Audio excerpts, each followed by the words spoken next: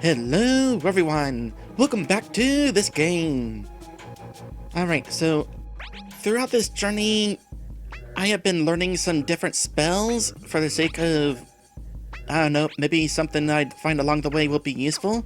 And, interesting thing happened. So I decided to teach regen.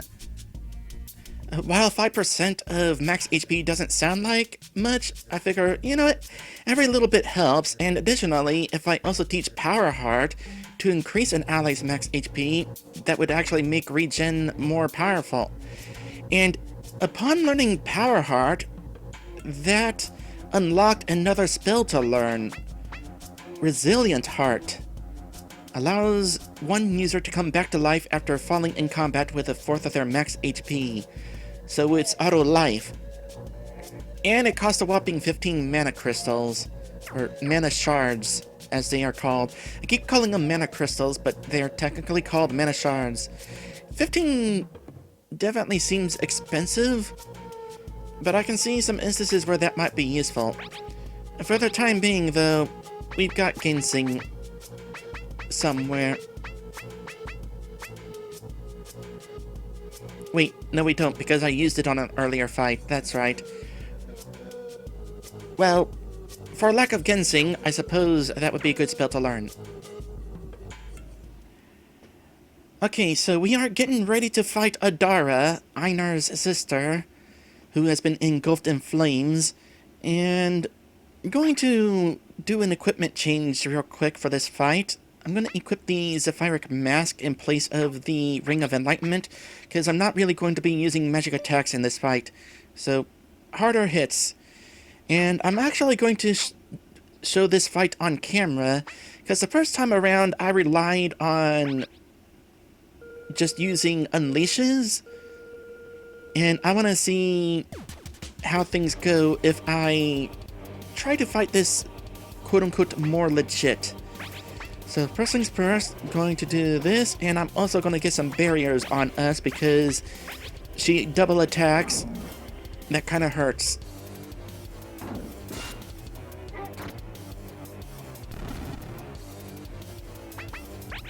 At least while I am doing this, Adara is taking damage.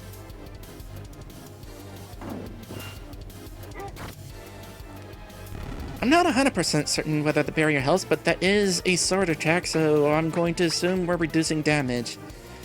Along with that, I'm going to put on a counter stance. Hopefully she comes after me. Meanwhile, regen on Scar. I could do the HP buff so that the regen does better, but we've already taken quite a bit of damage.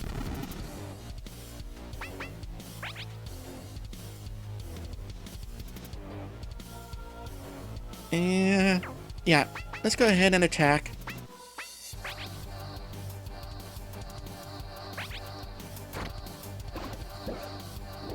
Here comes this. She's about to hit really hard. Thankfully, I survived it.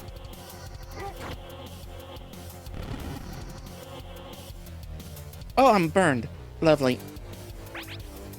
Well, on the bright side, we did get through this. Didn't need unleashes after all. Also may not have needed the regen, but I figured I would at least try to make some use out of it. Typically with these fights, I don't really use all those extra spells I have. I focus on defensive buffs and maybe sometimes attack buffs, but otherwise the only time I would use magic is Mana Blast or making myself invisible. All those other spells barely get used, if ever. That's just how I tend to be with RPGs. I just go for the more straightforward strategy, trying to get the things that ensure that I'm not dying as quickly, and just hit hard. If I'm using up a lot of turns building up my defenses, that just gives the opponent more time to cause damage. So the spells I'm using have to be really good if I'm going to take the time to use them. Okay, so I went back to the settlement, got rewards for delivering Heaven Stones and Rare Beast trophies, and I've got a pair of conflicting rewards here. The Fire Shroom and Hellbore both boost all stats. Both permanently increases all status. One of them inflicts burn, and the other inflicts frostbite. Can they both be afflicted at the same time? Yeah, apparently they can. I'm not sure which is worse. Like, I've first-hand experienced being burned, but I don't know what it's like to have experienced frostbite. I feel like frostbite is medically worse. I mean, obviously, it depends on the degree of the burn.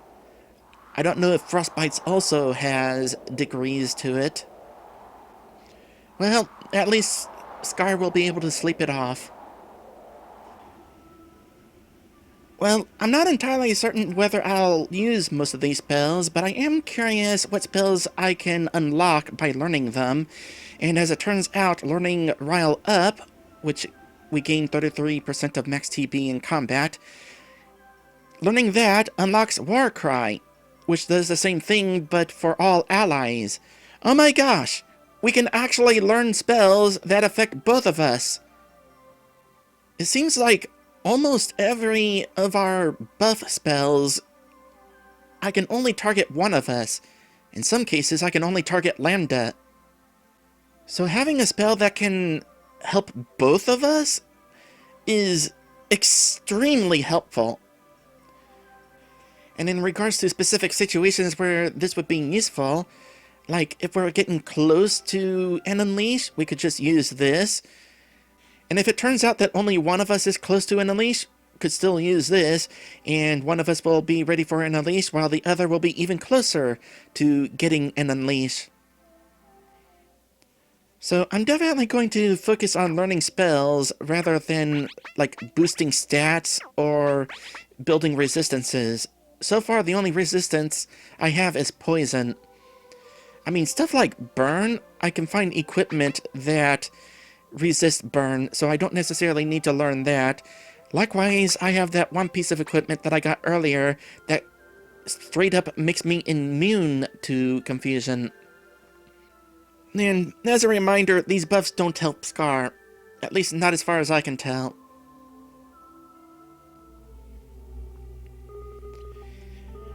Okay, so at this point we are getting ready to fight Octavius. Now, at the end of the last episode, Ilya was talking about how we need to remember that we are all beasts. And that brings up this discussion here. I can't figure you out. You don't really need the Mana Stones yourself. You are strong. You could survive without a barrier. The idea of a safe haven may sound comforting, but do you realize that such order comes with a price? There's no place for the strong or the non-conforming there. There is no room for dissent. Well, what about you? You kill anybody you think is weak. Why are you so eager to limit your potential? Now, in the first run, I said that I use my strength to protect those I care about, and Octavius was not impressed. But the second option was in fact a close second. It's only natural to want a better life than wild beasts. Also, beasts is hard to say. Spoken as if you were above all beasts. Are you really that arrogant? We are animals. Our better life lies in the wild. That is our calling. So, if Ilya shares her viewpoint with Octavius, then yeah, Ilya just wants humans to live as wild animals, the same as all other wild animals, not allowed to strive to be something better.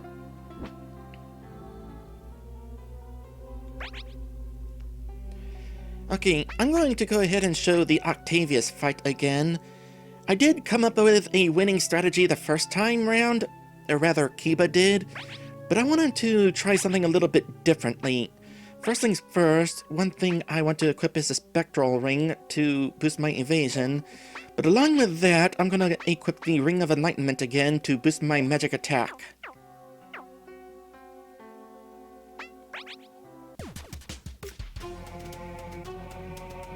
Alright. First things first, Scar, do go ahead and get rid of Octavius. He is definitely the bigger threat. And along with that, I'm going to use Counter Stance.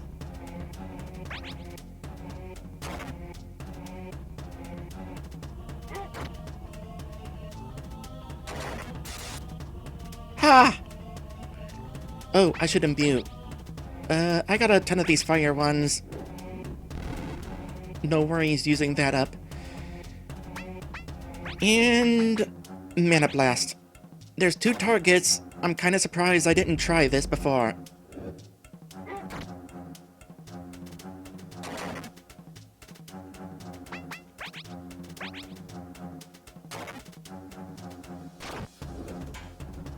I wonder if it's possible to counter with a different weapon. Maybe if I selected a different weapon to attack with, that would be the counter weapon. Alright, you're sharpening your attack. I'm going to buff my defense now. Although, with all the misses, I might not need it.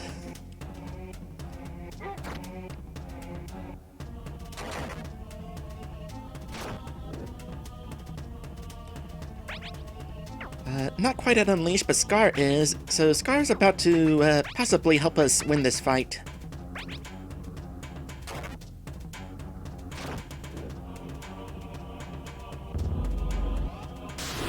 I took care of that, and Scar's gonna finish this off.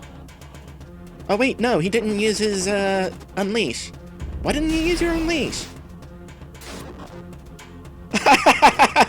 Oh my gosh. Okay. That was a whole lot of luck with that evasive accessory, but, wow!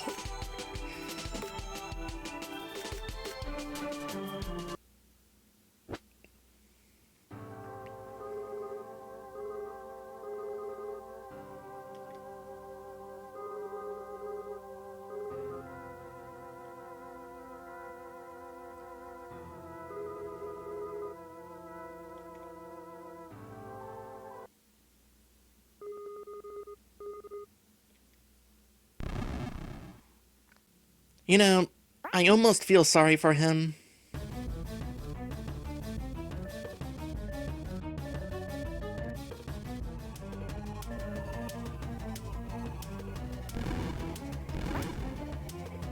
Okay, so at this point in my first run, I was really concerned that I was on a time limit. Like, I need to get to his Zane before he finishes tossing all of our mana crystals into the lava.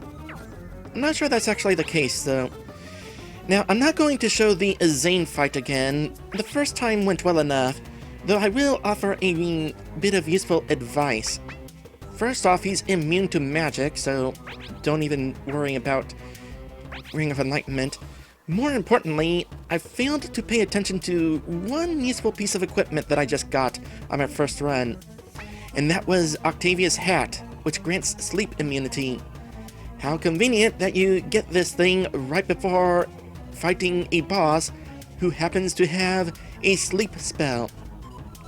I kinda got lucky with the first run, not equipping that, but for future reference, good thing to have. Oh, and also, I'm probably going to imbue in Dark, because Zane uses Dark magic. That'll probably help as well. It'll let me resist the dark attacks. And for the record, it will not affect my primary attack. My primary attack is not affected by what element I have. The element is specifically for secondary damage and resisting. And am I under a time limit? Nah, at this point I'm going to say probably not under a time limit. He's not actually going to succeed in tossing all of our crystals in the lava. Alright, I will meet you after this boss fight.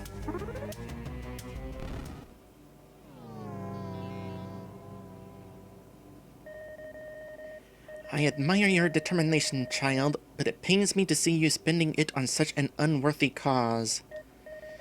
Alas, you have made it pretty clear that you won't join my crusade. But answer me this. Do you think that mankind would have been better off had it never harnessed the power of the Mana Stones? Oh boy. This question right here.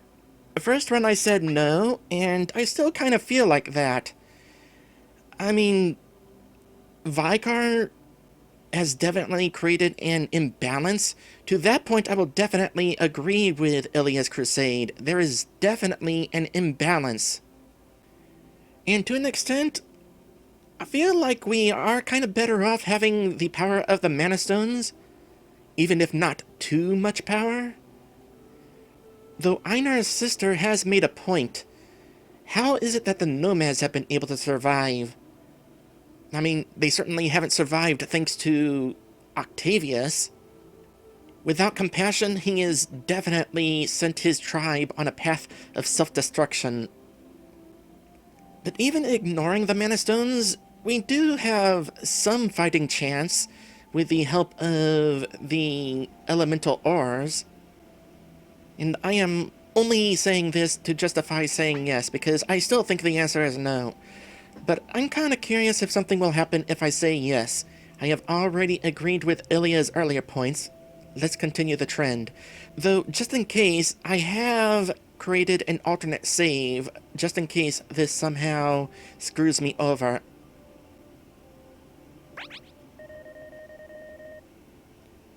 We agree on the basis of my crusade, then. Yeah, maybe on the basis. Why then do you not seek to erase mankind's misbegotten progress? That was the first run.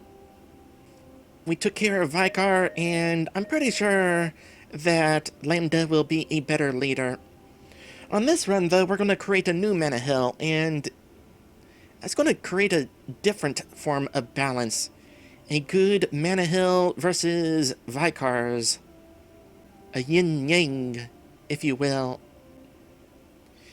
Anyway, whatever your reasons may be, they certainly drive you. We shall meet again, child. I don't think there will be any consequence to this action. Though I do kind of wonder to what extent the ending can be affected. Like, I know you can hold hands with Ro, but would there be any changes beyond that? Well, somebody else can experiment with that. I have, of course, provided a link to the game.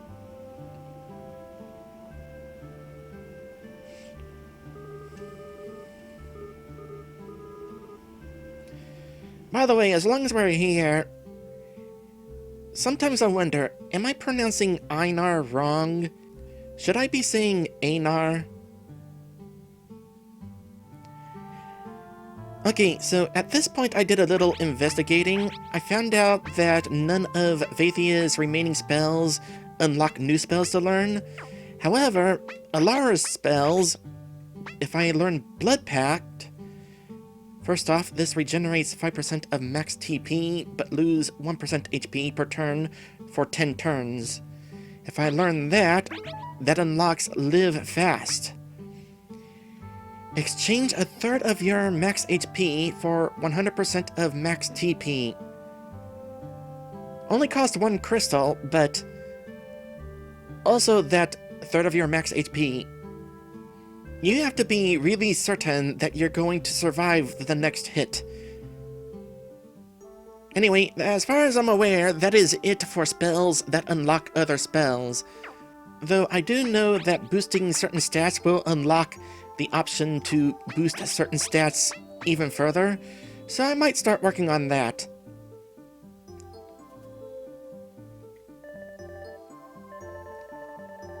something is amiss, the oracle would normally be on my back telling me to stop chopping down these trees. I'm pretty sure earlier this tree was not chopped down. Would you be willing to kill a nomad? A fellow human being? Only if I have to. And you'll be reminded we are nothing but beasts. Been there, done that.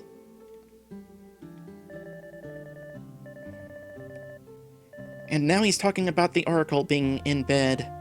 Did I not talk to him during Chapter 2? If so, that's kind of interesting how characters have Chapter 2 dialogue and don't progress to Chapter 3 dialogue until you talk to them at least once. Unless this guy happens to be an exception, but it's certainly an odd exception. By the way, while I'm thinking about it, I'm not slurring my words, am I? Sometimes while I'm editing, it sounds like I am slurring my words. Not entirely sure why. Either way, I'm gonna try to make an effort not to do that so much. Okay, naturally we're going to find out what our bear mauler is going to say at this point in the game. I've also killed some dragons, by the way. I hope you only killed the bad ones. Also, I'm glad I'm not a dragon anymore. I mean, it was fun having the big stompy feet and being able to fly. It was definitely neat. But it's kind of nice being a more grounded creature now. And more humble. Ever been to the Evergloom Rainforest? That place is depressingly awful. I wholly disagree. As it turns out, the Evergloom Rainforest is actually my favorite dungeon in the game. The music and the tranquil rain, not to mention the neat moments like the floating rain cubes, it's just a relaxing place. Oh, and especially that part where we relax under the mushroom. I'm definitely going to do that again.